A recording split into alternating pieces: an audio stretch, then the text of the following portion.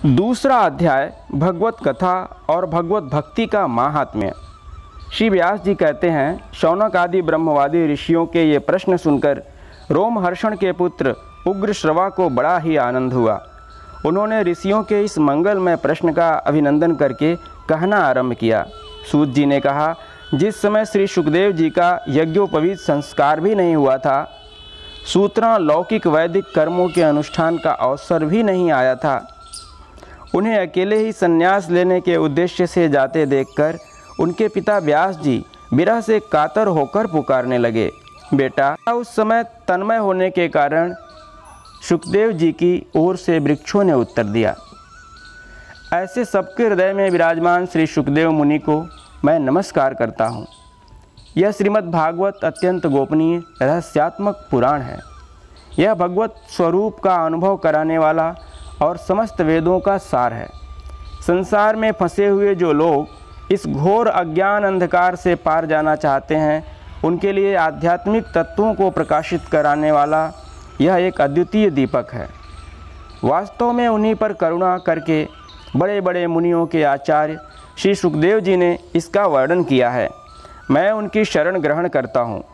मनुष्यों में सर्वश्रेष्ठ भगवान के अवतार नर नारायण ऋषियों को, सरस्वती देवी को और श्री वेद व्यास जी को नमस्कार करके तब संसार और अंतःकरण के समस्त विकारों पर विजय प्राप्त कराने वाले इस श्रीमद् भागवत महापुराण का पाठ करना चाहिए। ऋषियों, आपने संपूर्ण विश्व के कल्याण के लिए यह बहुत सुंदर प्रश्न किया है, क्योंकि यह प्रश्न श्री कृष्ण के संबंध में है और इससे भली भांति आत्मशुद्धि हो जाती है। मनुष्यों के लिए सर्वश्रेष्ठ धर्म वही है जिससे भगवान श्री कृष्ण में भक्ति हो। भक्ति भी ऐसी जिसमें किसी प्रकार की कामना न हो और जो नित्य निरंतर बनी रहे। ऐसी भक्ति से हृदय आनंद स्वरूप परमात्मा की उपलब्धि करके कृतकृत्य हो जाता है। भगवान श्री कृष्ण में भक्ति होते ही, अनन्य प्रेम से उनमें चित्त जोड़ते ही निष्काम ज्ञान और वैराग्य का आविर्भाव हो जाता है। धर्म का ठीक ठीक अनुष्ठान करने पर भी यदि मनुष्य के हृदय में भगवान की लीला कथाओं के प्रति अनुराग का उदय न हो तो वह निराश श्रम ही श्रम है। धर्म का फल है मोक्ष। उसकी सार्थकता अर्थ प्राप्ति में नहीं है। अर्थ केवल धर्म के लिए है। भोग विलास उसका फल नहीं माना गया है। भोग विलास का फल इंद्रियों को तृप्त करना नहीं है। उसका प्रयोजन है केवल जीवन निर्वाह। जीवन का फल भी तत्व जिज्ञासा है। बहुत कर्म करके स्वर्ग आदि प्राप्त करना उसका फल नहीं है। तत्ववेत्ता लोग ज्ञाता और ज्ञेय के भेद से रहित अखंड अद्वितीय सच्चिदानंद स्वरूप ज्ञान को ही तत्व कहते हैं। उसी को कोई ब्रह्म, कोई परमात्मा और कोई भगवान के नाम से पुकारते हैं। श्रद्धालु मुनिजन भागवत श्रवण से प्राप्त ज्ञान वैराग्य युक्त भक्ति से अपने हृदय में उस परम तत्व रूप परमात्मा का अनुभव करते हैं।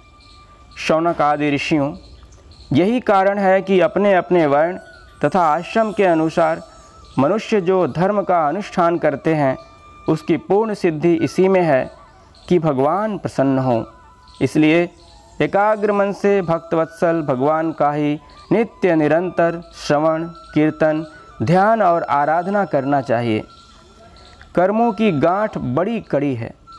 विचारवान पुरुष भगवान के चिंतन की तलवार से उस गांठ को काट डालते हैं।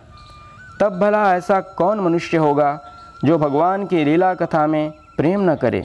शौनक आदि ऋषियों, पवित्र तीर्थों का सेवन करने से महत् सेवा, तदनंतर श्रवण की इच्छा, फिर श्रद्धा, तत्पश्चात भगवत कथा में रुचि होती है।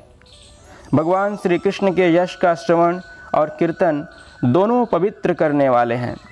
वे अपनी कथा सुनने वालों के हृदय में आकर स्थित हो जाते हैं और उनकी अशुभ वासनाओं को नष्ट कर देते हैं, क्योंकि वे संतों के नित्य सुहृद हैं। जब श्रीमद् भागवत अथवा भगवत भक्तों के निरंतर सेवन से अशुभ वासनाएं नष्ट हो जाती हैं, तब पवित्र कीर्ति भगवान श्री कृष्ण के प्रति स्थायी प्रेम की प्राप्ति होती है। तब रजोगुण और तमोगुण के भाव, काम और लोभ आदि शांत हो जाते हैं और चित्त इनसे रहित होकर सत्वगुण में स्थित एवं निर्मल हो जाता है। इस प्रकार भगवान की प्रेममयी भक्ति से जब संसार की समस्त आसक्तियाँ मिट जाती हैं, हृदय आनंद से भर जाता है, तब भगवान के तत्व का अनुभव अपने आप हो जाता है। हृदय में आत्मस्वरूप भगवान का साक्षात्कार होते ही हृदय की ग्रंथि टूट जाती है, सारे संदेह मिट जाते हैं और कर्म बंधन क्षीण हो जाता है। इसी से बुद्धिमान लोग नित्य निरंतर बड़े आनंद से भगवान श्री कृष्ण के प्रति प्रेम भक्ति करते हैं, जिससे आत्म प्रसाद की प्राप्ति होती है। प्रकृति के 3 गुण हैं, सत्व, रज और तम। इनको स्वीकार करके इस संसार की स्थिति, उत्पत्ति और प्रलय के लिए एक अद्वितीय परमात्मा ही विष्णु, ब्रह्मा और रुद्र ये 3 नाम ग्रहण करते हैं। फिर भी मनुष्यों का परम कल्याण तो सत्वगुण स्वीकार करने वाले श्री हरि से ही होता है। जैसे पृथ्वी के विकार लकड़ी की अपेक्षा धुआं श्रेष्ठ है और उससे भी श्रेष्ठ है अग्नि, क्योंकि वेदोक्त यज्ञ यागादि द्वारा अग्नि सद्गति देने वाला है।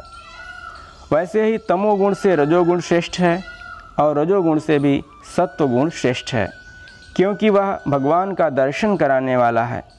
प्राचीन युग में महात्मा लोग अपने कल्याण के लिए विशुद्ध सत्वमय भगवान विष्णु की ही आराधना किया करते थे। अब भी जो लोग उनका अनुसरण करते हैं वे उन्हीं के समान कल्याण भाजन होते हैं। जो लोग इस संसार सागर से पार जाना चाहते हैं वे यद्यपि किसी की निंदा तो नहीं करते, न किसी में दोष ही देखते हैं, फिर भी घोर रूप वाले तमोगुणी, रजोगुणी, भैरवादि भूतपतियों की उपासना न करके सत्वगुणी विष्णु भगवान और उनके अंश कला स्वरूपों का ही भजन करते हैं। परंतु जिसका स्वभाव रजोगुणी अथवा तमोगुणी है वे धन, ऐश्वर्य और संतान की कामना से भूत, पितर और प्रजापतियों की उपासना करते हैं, क्योंकि इन लोगों का स्वभाव उन भूत आदि से मिलता जुलता होता है। वेदों का तात्पर्य श्री कृष्ण में ही है, यज्ञों के उद्देश्य श्री कृष्ण में ही हैं, योग श्री कृष्ण के लिए ही किए जाते हैं और समस्त कर्मों की परिसमाप्ति भी श्री कृष्ण में ही है। ज्ञान से ब्रह्म स्वरूप श्री कृष्ण की ही प्राप्ति होती है। तपस्या श्री कृष्ण की प्रसन्नता के लिए ही की जाती है। श्री कृष्ण के लिए ही धर्मों का अनुष्ठान होता है और सब गतियाँ श्री कृष्ण में ही समा जाती हैं। यद्यपि भगवान श्री कृष्ण प्रकृति और उसके गुणों से अतीत हैं, फिर भी अपनी गुणमयी माया से, जो प्रपंच की दृष्टि से है और तत्व की दृष्टि से नहीं है, उन्होंने ही सर्ग के आदि में इस संसार की रचना की थी। ये सत्व, रज और तम तीनों गुण उसी माया के विलास हैं।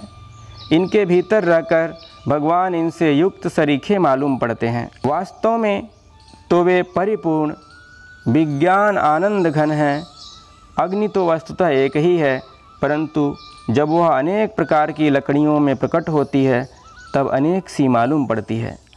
वैसे ही सबके आत्मरूप भगवान तो एक ही हैं, परंतु प्राणियों की अनेकता से अनेक जैसे जान पड़ते हैं।